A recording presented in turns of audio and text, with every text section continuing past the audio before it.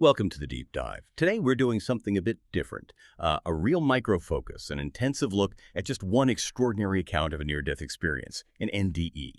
Our goal really is to take the sources we have on Hugo R's experience. This happened after a really severe accident back in 2007. And just pull out the fundamental insights. What can it tell us about consciousness, under that kind of extreme pressure? And what makes this, I think, essential for you, the listener, it isn't just the dramatic event itself. I mean, Hugo R was actually run over by a car. It's the specific details he gives, and sometimes they seem, well, contradictory, about time, about what he sensed or didn't sense, and then this complete overhaul afterwards of his whole spiritual outlook.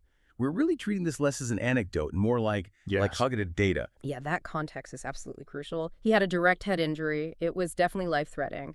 But the source material is quite clear this was not clinical death. So that places the experience right in that zone of extreme trauma, that transition point, right on the edge. And he came out of it with physical scars, which he mentions serve as this constant sort of physical reminder of what was, for him, a deeply metaphysical event. Okay, right. Let's try and unpack this then. And the place to start has to be that physics-defying aspect, the time distortion. Hugo R said the moment it happened, he knew he was going to die. And instantly, his entire life just flashed before his eyes. The way he describes that compression of time, it's really breathtaking. He's trying to put words to something almost impossible, isn't he? Because on one hand, he says his thoughts were incredibly fast. And he saw his life unfold second by second, like a full, detailed review. But then he also says, almost in the same breath, that the entire thing felt like it happened in one single second, with everything seemed to be happening at once. How do you even process that? Exactly. So you've got a whole lifetime, all that sequential information, somehow packed into the blink of an eye in real-world time. How do we start analyzing that? I mean, is it just the brain scrambling information as it shuts down, or is it genuinely operating at some unbelievable speed? Well, that's the core question, isn't it? Especially with these trauma-induced NDEs. Some researchers might frame it as, a kind of hyper-focus during a survival crisis, the brain going into overdrive. But the quality of the experience he describes feels different. It wasn't chaotic or scrambled. Hugo R actually reported his highest level of consciousness. His peak alertness was more than normal. He called it pure and devoid of feelings and pain. Wait a second. If his consciousness peaked like that, his clearest, most alert state at the moment of, or just before, imminent death, couldn't that just be the brain flooding itself with chemicals, like endorphins or something? A last-ditch survival response? Why call it spiritual? That's a fair point. It's a valid question. But here's why his subjective report seems to lean away from just, say, chemical confusion. Usually those kinds of chemical floods might cause euphoria or maybe panic or very fragmented dreamlike hallucinations. Hugo R reports clarity. That specific combination, purity, clarity, and no pain, suggests something more like profound brain integration happening right before potential system failure. This was apparently happening just 1 or 2 seconds before the point of near death. Now, whether you label that a spiritual peak or maybe an exponential cognitive peak, the reported result is the same. The supreme awareness, totally detached from physical feeling. And that peak awareness, it also came with that very classic NDE element, didn't it? The out-of-body experience. Yeah. Body separation, he confirms it quite clearly. He felt completely separated, observing everything while his consciousness just floated outside. It wasn't vague at all. He literally said, I clearly left my body and existed outside it. Exactly. And that sense of detachment really sets the stage for everything else. Consciousness is suddenly, seemingly, operating independently of the physical senses, which were obviously failing. And maybe that's what allows for that hyper-fast data processing he described. He's not just replaying memories like a film, he's experiencing existence outside of linear time, outside the physical body. Okay, this is where, for me, it gets really interesting because we have to talk about the sensory world of this experience. Yeah. Or maybe, more accurately, the striking lack of the usual sensory stuff we hear about. You watch movies or read popular accounts of NDEs, and there's always a template, right? Tunnels, bright lights, maybe seeing relatives who've passed. Right. And Hugo R's account it completely breaks that mold, which is precisely why it's so valuable as a data point. His experience seems to have been primarily cognitive informational, not this kind of visual spectacle. He reported absolutely none of those key tropes. Zero mention of passing through a tunnel, no brilliant light, no unearthly light, no seeing deceased beings or any religious figures.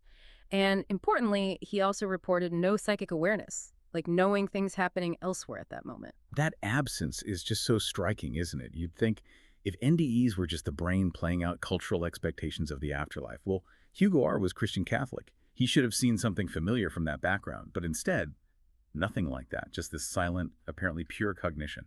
It really does suggest that the mechanics of whatever was happening in his brain were quite removed from typical hallucination or, culturally influenced memory recall. It sort of reinforces that idea you mentioned. Maybe he was in a state of pure information processing. But there is a bit of a paradox here regarding his senses that we probably should dig into. Ah, yes, right. He says his senses were incredibly more vivid than usual, which sounds intense. But then he immediately follows that by saying both his vision and hearing were specifically altered. How can something be more vivid and altered at the same time? What does that mean? Well, if we entertain the idea of some kind of internal cognitive simulation, maybe the brain is generating an internal representation of reality, one that feels sharper, clearer, more detailed than normal perception, maybe. But because it's not actually relying on direct input from the eyes and ears, it's fundamentally altered. Think of it less like seeing and hearing the outside world directly, and more like having this incredibly high-definition internal monitor suddenly switched on. The vividness comes from that raw, maybe high-resolution internal data feed. But the altered part means it doesn't quite map onto external physical reality in the usual way. Okay. So maybe not sensory input in the normal sense, but more like an internal, almost synesthetic processing of reality based on some kind of deeper input. That's one way to think about it, yes. And this focus on the cognitive side seems to have shaped his emotional state, too. He reported being a little fearful, which makes sense given the situation, but the primary emotions were calm, relief, and a sense of pleasantness. But notice what's missing again. He specifically reported no feeling of intense joy or ecstasy. So it wasn't some blissful reunion, it sounds more like an incredibly intense learning experience. That really shifts the focus, doesn't it? Away from the visual drama and towards the content. So the real treasure of this account maybe isn't the out-of-body feeling itself, but what you call the universal knowledge download. This massive insight that apparently happened during that single hyper-condensed second of pure consciousness. What did he actually learn? What did he walk away knowing? According to his report, he walked away feeling like he suddenly understood everything. Everything about the universe. He used phrases like he observed life and creation from another perspective. The scale of the knowledge he felt he gained was fundamental. It seemed very focused on interconnectedness. He reported feeling united or one with the world and confirmed gaining knowledge about universal connection or oneness. Wow. I mean, it sounds like he just bypassed decades of philosophy and theology and got handed the ultimate answer key in a split second. He also reported gaining information about the existence of God, but interestingly, not in a specific personified deity kind of way. It was more like when he came back, he understood that God was in everything that had happened, an immanent presence, maybe? And significantly, his understanding of an afterlife seemed to come directly from the experience itself, the feeling of detachment from the body and the journey through space. It wasn't based on prior teaching. Okay, now this I think is the most critical point for analysis. We need to connect this radical knowledge download back to his beliefs before the accident. You mentioned he was Christian Catholic. How did this sudden influx of universal knowledge align with, or perhaps more accurately, clash with that existing framework? It seems like it completely overrode it. He explicitly stated that the content of the NDE was entirely not consistent with the beliefs you had at the time of your experience. And the specific point of conflict he highlighted was detachment, that feeling of leaving the body. Why would that detachment, the consciousness leaving the body, be so inconsistent? Doesn't traditional Christian belief talk about the soul? It does, absolutely. But traditional Catholic theology, for instance, puts a very strong emphasis on the unity of body and soul, and ultimately on the resurrection of the body. The typical view of the immediate afterlife often involves things like judgment, maybe purgatory, a more structured transition towards a defined heaven. This experience of total instantaneous detachment and the immediate realization of universal oneness, well, it arguably challenges the necessity of specific doctrines, the importance of the material self in that moment, and maybe structured intermediaries. It seems his experience replaced faith based on structure and dogma with this singular, immediate, all-encompassing feeling of unity. That is a massive shift. And it's interesting because initially, right when he regained consciousness, his immediate verbal reaction sounded quite traditional. He apparently said, "From now on, I will believe more in God." That sounds like confirmation, not revolution. Exactly. That immediate reaction could be seen as trying to fit this overwhelming experience into the familiar box he already had. Confirmation bias, perhaps. But the lasting cognitive change, the long-term impact, was far more radical than just, increased devotion within the old framework. It led to what he called large changes in my life and resulted in a completely new, much less structured belief system. His description: belief in everything. That feeling of universal connection seemed to supersede his connection to specific doctrines. So what did all this mean for his actual life afterwards, dealing with this life-altering knowledge?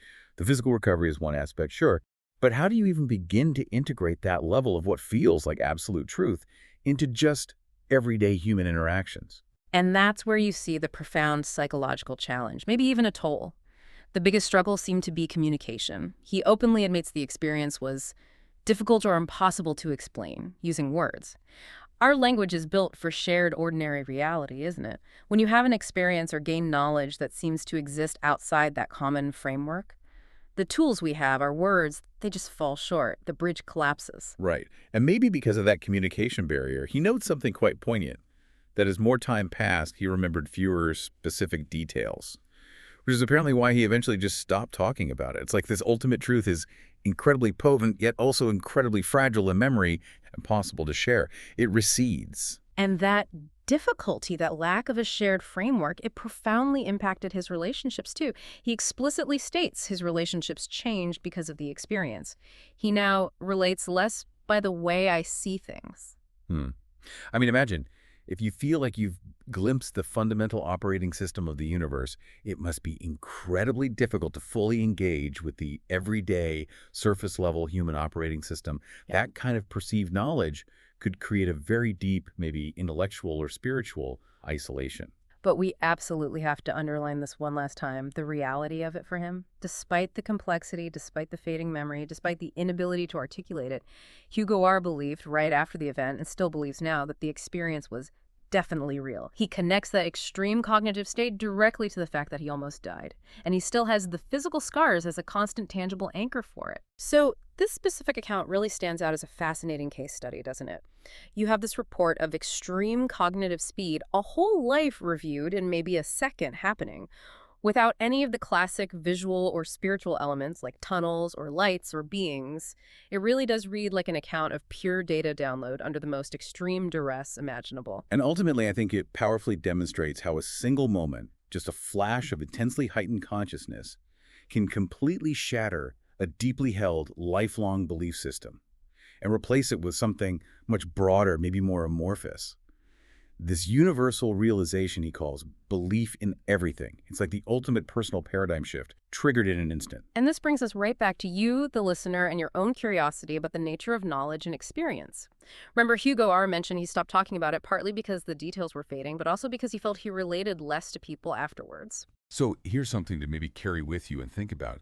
If you were to suddenly gain what felt like absolute knowledge, the ultimate truth about everything, what does it actually mean if that profound knowledge is so personal, so uncommunicable, that it ends up actively isolating the very person who holds it, making them, in essence, a solitary witness to something immense? That's definitely something to ponder long after this deep dive ends.